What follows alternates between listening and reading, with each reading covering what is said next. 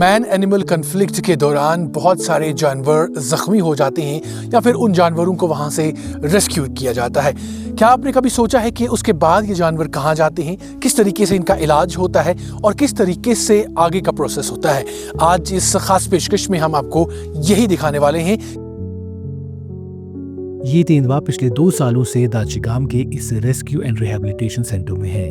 2 साल कबल इसे बडगाम से पकड़ा गया था, जब वहां इसने रिहायशी इलाके में घुसकर कई लोगों को जख्मी किया था और अब इस सेंटर में जेर निगरानी में है। हर 2 हफ्तों के बाद इसकी पूरी जांच की जाती है।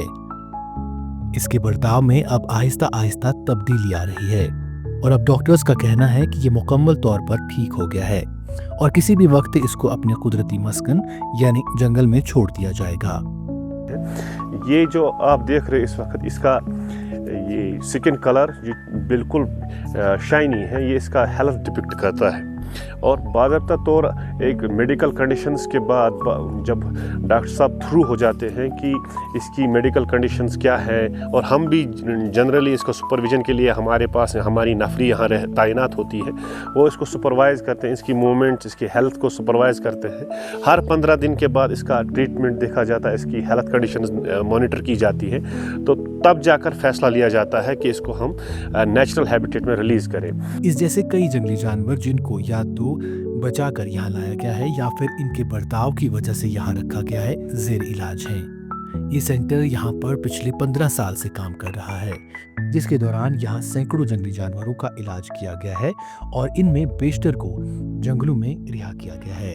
एनिमल्स का एक प्रॉपरली प्रोटोकॉल बना होता है। Whatever animal comes to us, हम उसका एक, जिस तरह हम भी अगर हॉस्पिटल में जाएंगे तो हमको पता नहीं होता है कि हमारे ब्लड बायोकेमिस्ट्री क्या है, जो हमारा कंप्लीट ब्लड काउंट है जिसमें हमारा ग्लूकोज लेवल आता है, या हम फिर हमारे सोडियम पोटेशियम लेवल्स या बाकी एक बेस लाइन जो हमारी होती है। तो similarly we go for blood biochemistry analysis of these animals in which we ascertain the sodium level, potassium level, glucose level, lipids, and ascertain by which we can come to the conclusion whether the animal health, जिसमें हमारे उसमें kidney health है animal का, या उसके heart health है, या बाकी जो भी उसमें ये है, दैट्स अ बेस लाइन जो हमको एक इंडिकेट करता है about animal health. After that we put an animal to ultrasonography like in humans also. तो उसमें हम एसरटेन करते हैं वेदर जो उसके विसरल ऑर्गन्स है दे आर इंटैक्ट, क्योंकि usually whenever we received a rescued animal there are chances of trauma, क्योंकि एनिमल को हिट भी किया जाता है ड्यूरिंग जो लोग उसको मतलब अपनी सेफ्टी के लिए कुछ अटैक भी करते हैं, तो जिसमें उसके मोस्टली जो हमारे पास केसेस आते हैं उनमें कभी कभी हम देखते हैं कि देयर आर स्प्लीन रप्चर्स, जो हमको अब्डोमिनल अल्ट्रासोनोग्राफी से पता चल जाता है। तो then we can not release the animal back to its habitat, we have to rescue rehabilitate the animal. जानवरों और इंसानों के माबैन तसादुम में 124 रीछ और 44 से तेंदुए अब तक मारे गए हैं और इस दौरान 200 लोग अपनी जान गंवा बैठे हैं और 2000 के करीब जख्मी भी हुए हैं। बढ़ती हुई आबादी की वजह से जंगलात पर काफी दबाव बढ़ रहा है, जिसकी वजह से पिछले 20 सालों में जानवरों और इंसानों के माबैन तसादुम में काफी इजाफा हुआ है। लेपर्ड इसीलिए आ जाते हैं हैबिटेशंस में कि वो किसी ह्यूमन बीइंग के लिए नहीं आते हैं, वो आते हैं डॉग्स के लिए।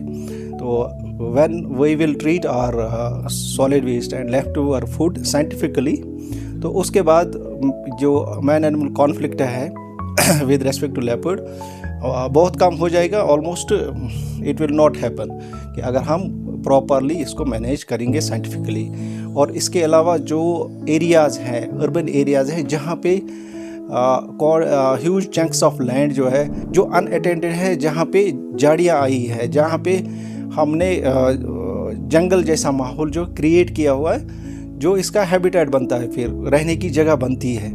दाचिगाम नेशनल पार्क से एक्सेलशियर के लिए मैं साहिल इकबाल।